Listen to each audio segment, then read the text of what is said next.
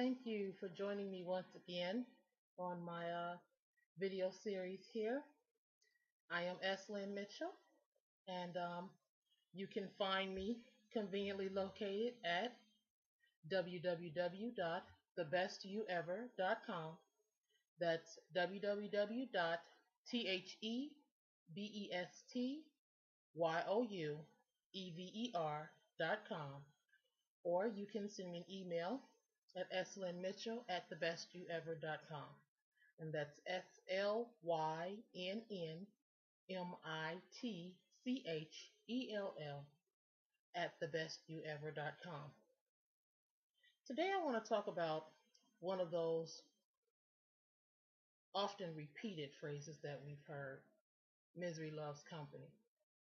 I've always known this statement to be true, but it just always amazed me that it was true because, to be quite honest, when I'm feeling miserable, I really don't want anybody bothering me.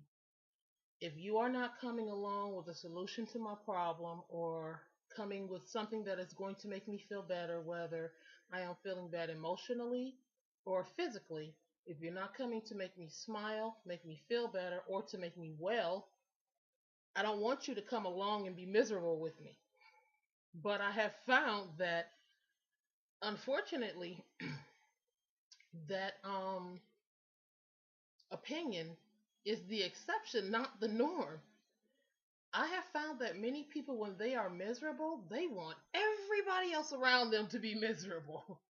It's like, I'm feeling badly, so you all have to feel badly too. And I just never understood that. I don't quite get why, if you're feeling bad, everybody else around you has to feel bad. Of course, I'm speaking from experience. I just had a situation where someone that I was talking to was dealing with a bad situation, a situation that they considered uncomfortable.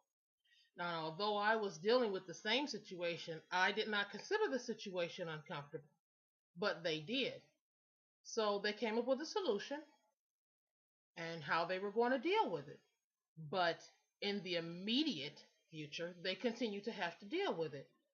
So they kept talking about it and harping on it and talking about it and talking about it and talking about it. And because I was dealing with the situation and I didn't want to take the same opinion, the same stance that they took when dealing with the situation, I asked them, please don't talk about it around me because I don't want to feel the same way that you do about this situation. So please don't talk about it around me. This person became very agitated and pretty much told me, so basically what you're telling me is, um, too bad that I feel bad about it, but you don't want to hear about it. Yeah, that's basically what I'm telling you. But I didn't want to say it that way because that's not the way I meant it. The way that I meant it was, I have to deal with this situation too. So I do not want to feel badly about the situation like you do. Every time the situation confronts itself to me, presents itself to me, I don't want to feel that horrible feeling that you feel. So since you have come up with a solution for it, then let's not talk about it anymore. Do your solution, and then everything will be fine. Simple enough, right? I had to end the conversation on, let's just let it go, just leave it alone, because they were really getting irritated with me for not wanting to sit and talk about how bad the situation was anymore. If you had not had a solution for the situation, then we can talk about it and maybe find you a solution. But you did. You had a solution. Why are we consistently talking about how bad the situation is? It's like you having an acquired taste for a food that may not be popular to everyone.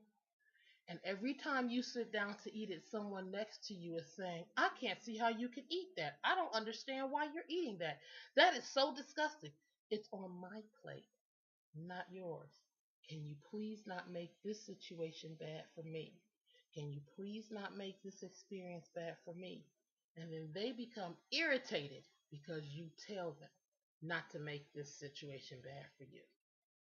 Now, this example is something that you really need to take with you in every aspect of your life. In whatever you may be doing, whatever situation confronts you, in your emotional experiences, in your relationships with family, friends, and loved ones and significant others, in your business ventures, on your job, you need to be careful of those people who are constantly miserable, number one. You want to watch out for those people who are always displeased with something. And you definitely want to watch out for naysayers and people who are going to be in a situation where they seem like they're always miserable, because misery does love company. And if you are around someone who is always miserable, who always seems to be in a bad place, or when they find themselves in a bad place, they are constantly complaining to anyone who will hear it, you will find yourself in a bad place more often than not, and that is very counterproductive for you. You do not want to be in any kind of situation that is counterproductive for you. The reason is that you are still alive. And as long as you live, you're going to have problems. Something somewhere is not going to go the way that you expect it to go. So you have your own problems to handle and your own problems to deal with. So you don't need to be around people who are constantly making a mountain out of a molehill, who never seem to be in a good place in their lives. They are always complaining about something. Something is always wrong. They can never see the bright side of the street. There's no optimism. This goes hand in hand with my video about toxicity. This is a toxic situation. This is a situation that will pull you away from your goals. It is a situation that will pull you out from the place that you need to be. It'll pull you off of the hill that you have been putting yourself on all of this time so that you can reach your goals. So this is one of those situations, one of those specific situations where you're dealing with toxicity. This may not even be someone who is close to you. This can just be a coworker or a friend of a friend where, oh my goodness, here comes Mary and here comes Jane, and Jane has always got something wrong. You can't be around that consistently. You have to be able to recognize that misery loves company, and you have to be able to fend it off. Now, you can fend it off in many ways. One of the best ways to fend it off is to say, I'm sorry you feel that way, but I don't. So we agree to disagree. We really need to not have this conversation. One of the other ways is to try to help somebody come up with a solution for their problem, if that is something that can be done. The final way is if you're dealing with somebody who is constantly in a bad place, you probably need to be away from that person until they can come up out of their bad place. Because if they can't come up out of their bad place, they're going to pull you into their bad place. So just kind of remember that there is truth to misery loves company, but you do not have to be that company. You do not have to be that person that is miserable because someone else around you is. It doesn't have to be that way. You can offer to help them with their situation, or if they choose to stay in misery and harp on it, you can let them harp on it by themselves. This is really important because the energy around you, the energy that you have around you is very important in what you're planning on doing with your life or with that moment.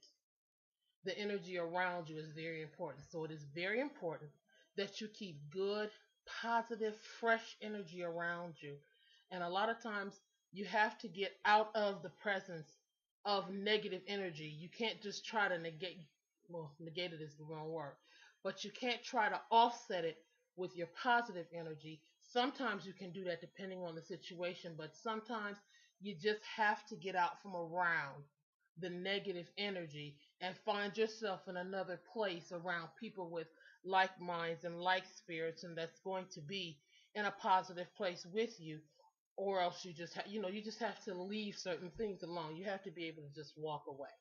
So hopefully this has hit home for somebody today who is looking for a solution in dealing with someone who is always negative. We've all had them in our lives, and we will meet them again. And it's all in how you deal with it. You know, your life is 10% of what happens to you and 90% of how you react to what happens to you. So what's really important is that you learn how to deal with those things. And you move on and be prosperous in whatever it is that you choose to do. So I'm going to sign off here again, and I thank you so much for listening. I hope I've helped somebody out. I really hope to see you again.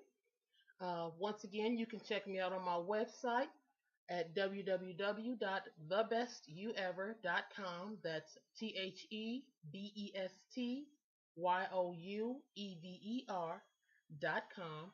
And if you've got any questions, you want to chat, you just want to talk, or you've got some suggestions, you want me to talk about something, you can shoot me over an email at slynnmitchell at thebestYouEver.com. That's S like Sam, Lynn like Nancy, M like Mary, T like Tom, C like Charlie, HELL at thebestYouEver.com. I thank you so much for taking a little time to spend with me again, and I really hope that I see you again.